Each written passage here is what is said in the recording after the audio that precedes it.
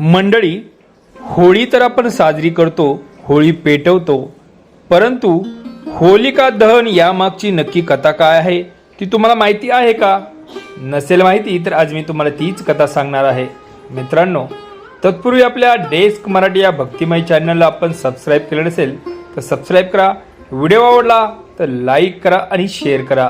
मित्रांनो, हिरण्यकश्यपू राक्षसी पुत्र होता हे आपल्याला माहितीच आहे. लहानपणी आपण ती कथा ऐकलीही असेल. त्या हिरण्यकश्यपूने तपश्चर्या करून ब्रह्मदेवाकडून वरदान मिळवलेलं होतं. हिरण्यकश्यपूने जेव्हा पृथ्वीला पटली नेण्याचा प्रयत्न केला तेव्हा विष्णूने वराह अवतार धारण करून त्याचा नाश केला.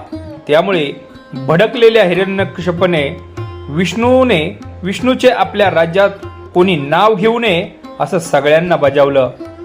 हिरण्यकश्यपू स्वतःला श्रेष्ठ समजत असायचा व देवतांविषयी त्याला अतिशय तिरस्कार होता. परंतु त्याच्याच घराण्यामध्ये जन्माला आलेला त्याचा मुलगा भक्त प्रल्हाद हाच मोठा विष्णू भक्त निघाला. प्रल्हाद बालपणापासून विष्णूचाच म्हणजेच नारायणाचा परमभक्त आणि प्रल्हाद दिवस रात्र विष्णूच्या नामामध्ये नामस्मरणामध्ये असायचा. नेमकं हेच त्याच्या वडिलांना म्हणजेच हिरण्यकश्यपूला मान्य नव्हतं. त्यामुळे त्याने प्रल्हादाला त्यापासून परावृत्त करण्याचा वेगवेगळ्या प्रकारे प्रयत्न देखील केला, परंतु प्रत्येक वेळी तो प्रयत्न अयशस्वी झाला. सगळे उपाय करून थकलेल्या हिरण्यकश्यपूला काय करावं ते समजेना. शेवटी त्याची बहीण, जिचं नाव होलिका होतं, ती म्हणाली, दादा, मला ना तुझा त्रास बघवत नाही रे. मला अग्निदेवाकडून असं वरदान मिळालेलं आहे की मला आग जाळू शकत नाही. मी प्रल्हादाला अग्नीत घेऊन बसते. मला वरदान असल्यामुळे मी जाळणारही नाही स्वतः, पण तो मात्र जळून खाक होईल. हे ऐकून हिरण्यकश्यपूने गावात निवाळलेल्या कातक्यांची मोठी पेढी तयार केली.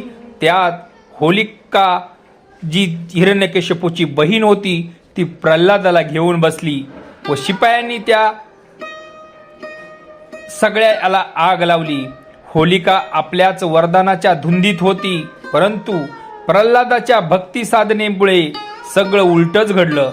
मित्रांनो, होलिकेचं अंग जळू लागलं, तिच्या अंगाचा दहा होऊ लागला. प्रल्हाद मात्र विष्णूच्या नामस्मरणात नारायण नारायण नारायण हे करण्यात दंग होता. शेवटी व्हायचं तेच झालं. होलिका म्हणजेच हिरण्यकश्यपूची बहीण जळून खाक झाली नि फक्त प्रल्हाद सुखरूप जिवंत राहिला. त्याच्या भक्तीने प्रसन्न होऊन भगवान विष्णूने खांबातून नरसिंहाचा अवतार घेऊन हिरण्यकश्यपूचा वध केला. तेव्हापासून होळी जाळण्याची परंपरा सुरू झाली. मित्रांनो, असत्याला जाळून सत्याचा प्रकाश पसरवणे हा होलिका दहनामागचा उद्देश. म्हणूनच होळीला खूप महत्व आहे. मित्रांनो, ही कथा तुम्हाला कशी वाटली ती नक्कीच कमेंट करून सांगा. व्हिडिओ आवडला तर लाईक करा, शेअर करायला विसरू नका. धन्यवाद.